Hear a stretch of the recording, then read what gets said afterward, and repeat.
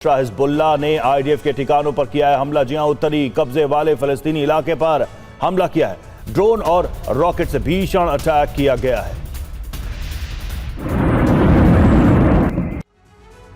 वहीं इजराइल के तेल अवीव में रॉकेट से हमला, रिहायशी इलाके में गिरा रॉकेट हमले में बाल बाल बचे लोग।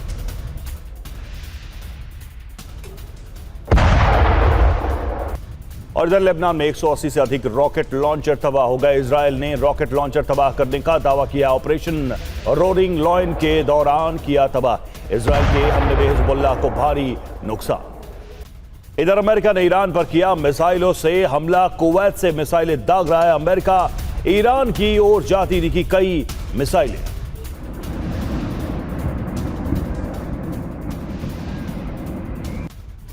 और उधर बेरूत में बिल्डिंग पर इजराइल का हमला। दाहिया में इजराइल ने की है बमबारी। इजराइल के हमले से बिल्डिंग को भारी नुकसान।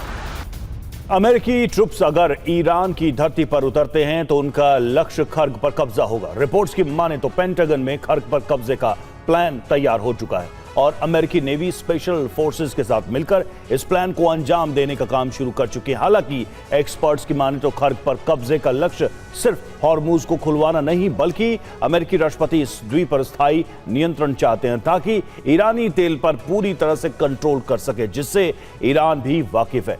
ईरान ने अमेरिकी सैनिकों के खिलाफ बड़ी सैन्य तैयारी की है। माना जा रहा है कि इस द्वीप पर उतरना अमेरिकी इतिहास की सबसे बड़ी गलती साबित हो सकती है।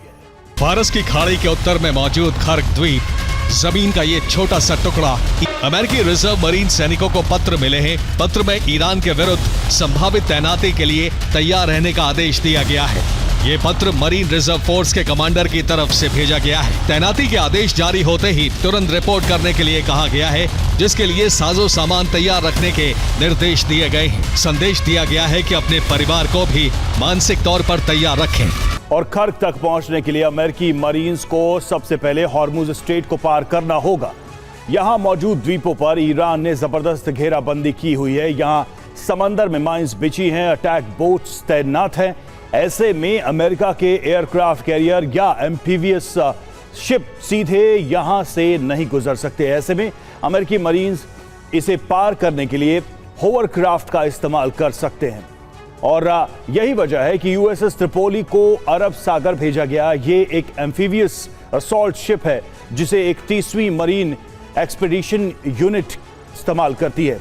इसमें मरीन्स को तट तक पहुंचाने के लिए होवरक्राफ्ट मौजूद रहते हैं। होवरक्राफ्ट एक खास एम्फीबियस व्हीकल है। इसमें रबड़ के एयर कुशन लगे होते हैं जिसमें हवा का दबाव बेहद ज्यादा होता है, जिससे होवरक्राफ्ट का ज्यादातर हिस्सा सतह से करीब 20 सेंटीमीटर ऊपर रहता है, जिससे ये पानी, कीचड़, बर्फ या दलदल जैसी किसी भी सतह पर आसानी से चल सकती है।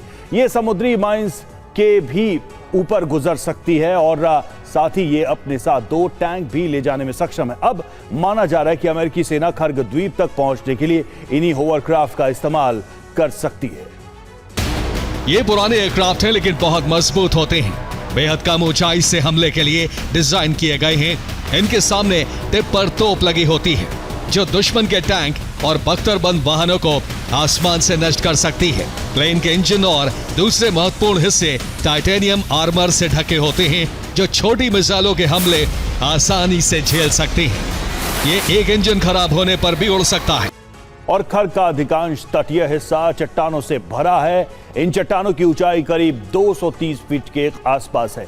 IRGC ने यहां ईरानी स्नाइपर्स को तैनात किया है। साथ ही इनकी चोटियों पर रडार भी लगाए गए हैं, जिससे द्वीप के हर कोने पर पैनी नजर रखी जा रही है। ऐसे में अगर अमेरिकी मरीन यहां पहुंच भी जाते हैं तो ईरानी सैनिकों की नजरों से बचना उनके लिए असंभव होगा। ऊंचाई का फायदा उठाकर ईरान सैनिक आसानी से होवरक्राफ्ट पर मौजूद अमेरिकी मरीन्स को निशाना बना सकते हैं। साथ ही एंटी शिप मिसाइलों से होवरक्राफ्ट भी तबाह कर दिए जाएंगे।